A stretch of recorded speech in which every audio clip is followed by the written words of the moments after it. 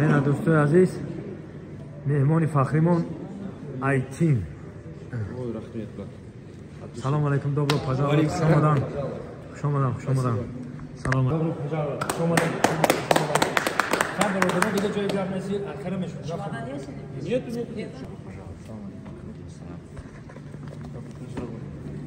Помощь, когда мы его Все, я понял.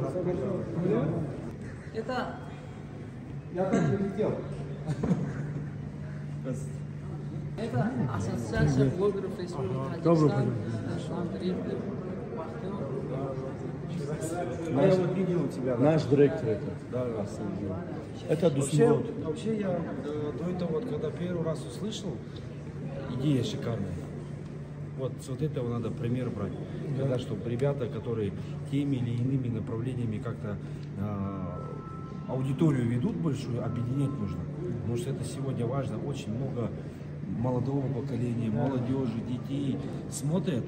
И, к большому сожалению, есть те люди, которые вот интернет, я думаю, каждый, давайте говорить это прямо, много плохого там. Да. И поэтому вот как раз таки благодаря вот таким ребятам молодежь смотрит, занимается спортом, мотивируется. Патриотичная часть очень важна сегодня, поэтому вот это объединение, это очень Сейчас немножко посидеть, сначала чай надо попить, чтобы в город выйти не заболеть.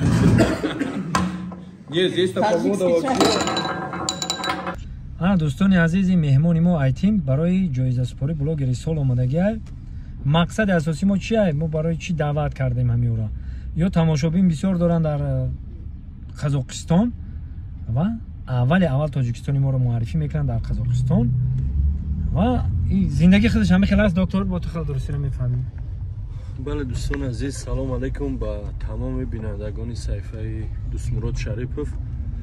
هموطنان عزیز امروز ما کوشش کرده ایستادیم که همون نفرانی که اودیتوریا به نهایت کلان دارن و تاجیکستان خودمون جلب کنیم برای معرفی توریسم، برای معرفی فرهنگ، زبان، تمدن و تاریخ ملت تاجیک همچنین مناسبت خود را که چقدر امروز هرچند که امروز تاجیکان ما را چقدر در دیگر جا مثال غم داده ایستادن، لیکن امروز تاجیکستان با عوض این با مهربانی ده مثال ما مثل آنها نیستیم. فرقیت هر یک تاجیک از دیگران به همین است که مهمان نواز، دلسوز و غمخوار است. امروز مهمان فخری ما در روز فردا که روز بلاگری سال است میبیند از مهمان نوازی ما.